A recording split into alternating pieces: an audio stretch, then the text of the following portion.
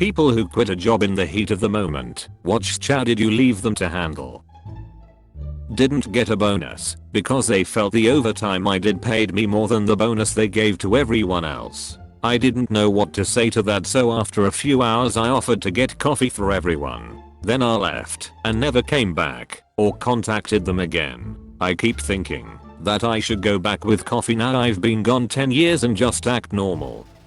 That would be the realest thing I've ever heard of a person to do.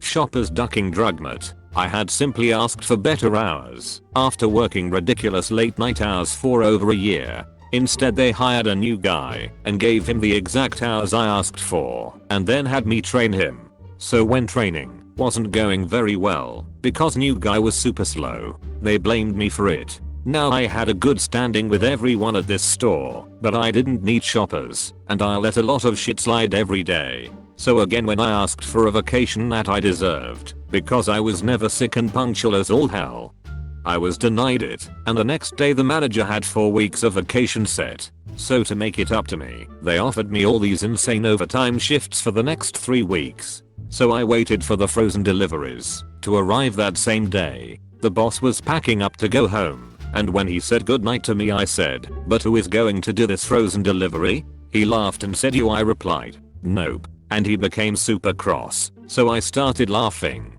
"What are you laughing about?" he says. So I said, "Duck yourself." I quit. Now there was no one to finish the night shift. He immediately asks for the uniform. Lol. Now I said, "Duck yourself." I quit. I had never done that before or since. Uniform went in the trash. That's the shit I'm looking for.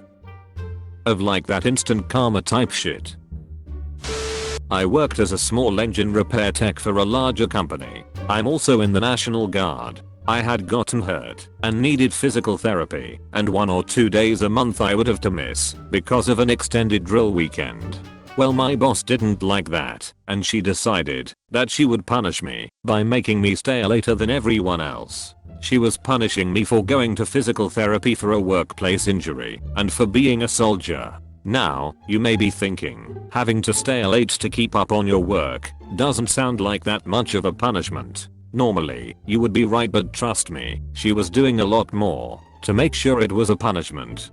Well, one day after being told that I was not given approval for the 1 day of vacation I asked for 3 months in advance to go see the eclipse, and generally being treated like a slave, I was like, why am I doing this to myself? And clocked out at the end of my shift. That next Monday after drill weekend, I showed up, packed up all my tools and took off. My boss started freaking out when she saw what I was doing. I left and found out that me leaving cost her over $100k because she had to ship my workload to another state to get another shop to work on them. That meant she needed to pay to ship them and then pay to ship them back, and since her shop didn't do any of the actual work, she never saw any money for any of the repairs. It was over 80 riding mowers. Holy hell. I hope she learned her lesson. I get frustrated with people like this. People who don't treat other people like people. Super happy to hear that she was out 100k. It's a special kind of personality too. Like, not only do they just shit on people for the lulz, but they shit on people they will be duckhead to see leave them and are shocked when it bites them in the ass. 18 years old. Assistant manager at a big pizza franchise.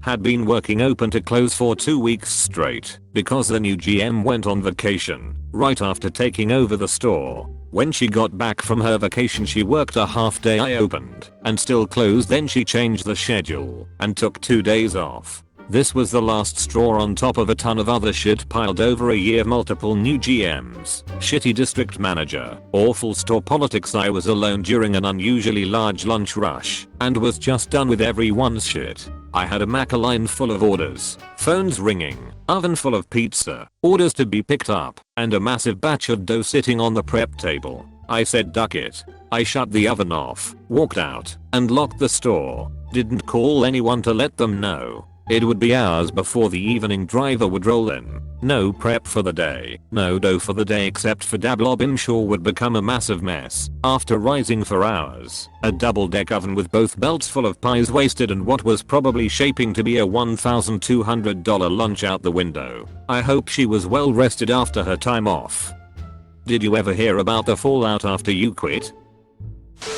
I got stabbed in the shoulder while working as a bookmaker betting shop manager / I was the only key holder, and while the paramedics were tending to me the area manager was on the phone asking me to open the store the next day. I closed shop for the day, came back once I got out of hospital, put my keys in the safe, and left my notice on the desk. Store didn't open for 3 days while they sorted a field manager.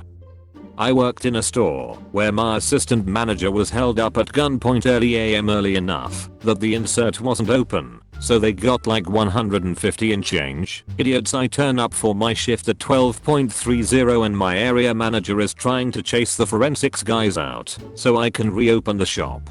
I was fired years later for calling a shop I was working in a shithole on Facebook, appealed the firing, it was a first offense, and had it reduced to a final written, then quit on the day I was supposed to start working again. Betting industry is the absolute pits. Oh boy, let me tell you of my last day of Walmart. It's Monday morning, my day off, and I was pulling out of MD Anderson after getting blood work done when I receive a call from my manager. Let's call her Dajkano. Dajkano asks me to come into work because of tacalifs. Thinking that I did not have anything else planned and could use the overtime, I agreed. I informed her over the phone it would take me an hour to get home, dress, and drive to work. All I heard was a annoyed fine. Just get here. 1 hour later I arrived at work. Just as I was getting to the deli where I work, my manager, who was behind the counter by herself, starts yelling at me for being late. In front of not one, not two, but a line of customers. I attempt to remind her of our conversation, but she cuts me off, tosses me her apron, and storms out of the deli. I'm forced to shrug it off, apologize to the customers, and get to work.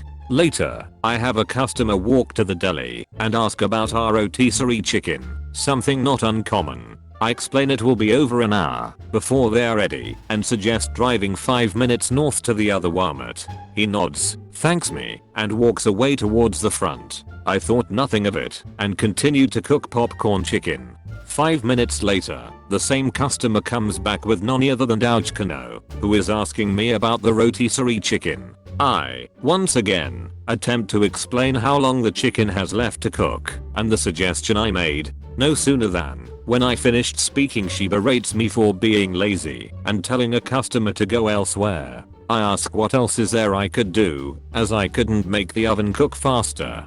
Her next words stick to this day: I want you to do your damn job, or you can kiss it goodbye. A moment of pause from everyone.